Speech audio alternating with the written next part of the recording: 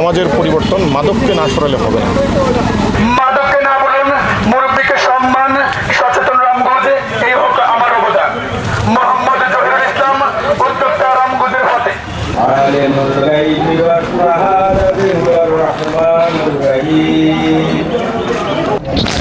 সম্মানিত উপস্থিতি, এলাকাবাসী এবং রামগঞ্জের পথের মেম্বারবৃন্দ, সাংবাদিকবৃন্দ, আসসালামু আলাইকুম রহমতুল্লাহ বারাকাত।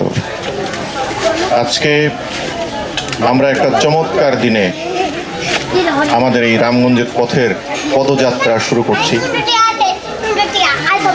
আমরা যারা মানুষের সেবা করতে চাই, মানুষের সেবা করার জন্য একটাই পথ খোলা আছে, সেটা হচ্ছে মানুষের দোরগোড়ায় গিয়ে তাকে দেখে তার কথা শোনা, বোঝা, তারপরে কিভাবে সেবা করা যায় সেই সিদ্ধান্ত নেওয়া।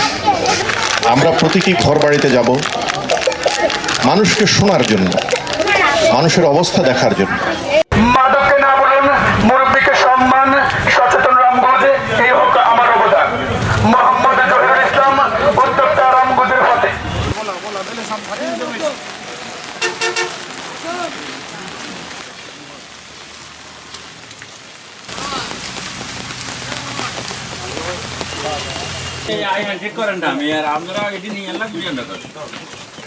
ভালো থাকেন ইনশাল্লাহ।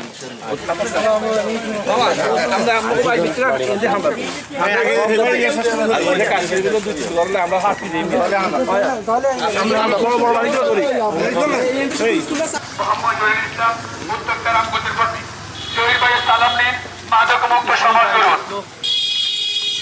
মাদককে না বলুন, মুরব্বীদেরকে সম্মান করুন, সচেতন রামগঞ্জ।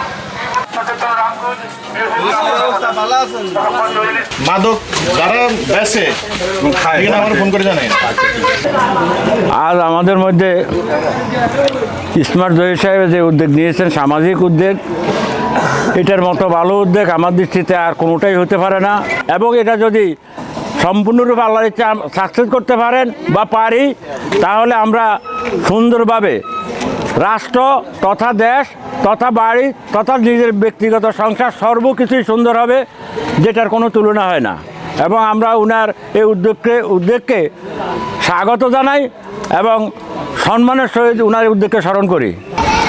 রামগঞ্জের পথে যে সংস্থাটা এখানে আসছেন, আপনারা বাচ্চাদেরকে যেই পেন্সিল দিয়েছেন, চকলেট দিয়েছেন, যেই আনন্দ বাচ্চারা পাইছে, অনেক প্রশংসনীয় একটা উদ্যোগ। এটা জহির ভাইয়ের পক্ষ থেকে এই উদ্যোগটা নেওয়া হয়েছে। জহির ভাইকে অসংখ্য ধন্যবাদ।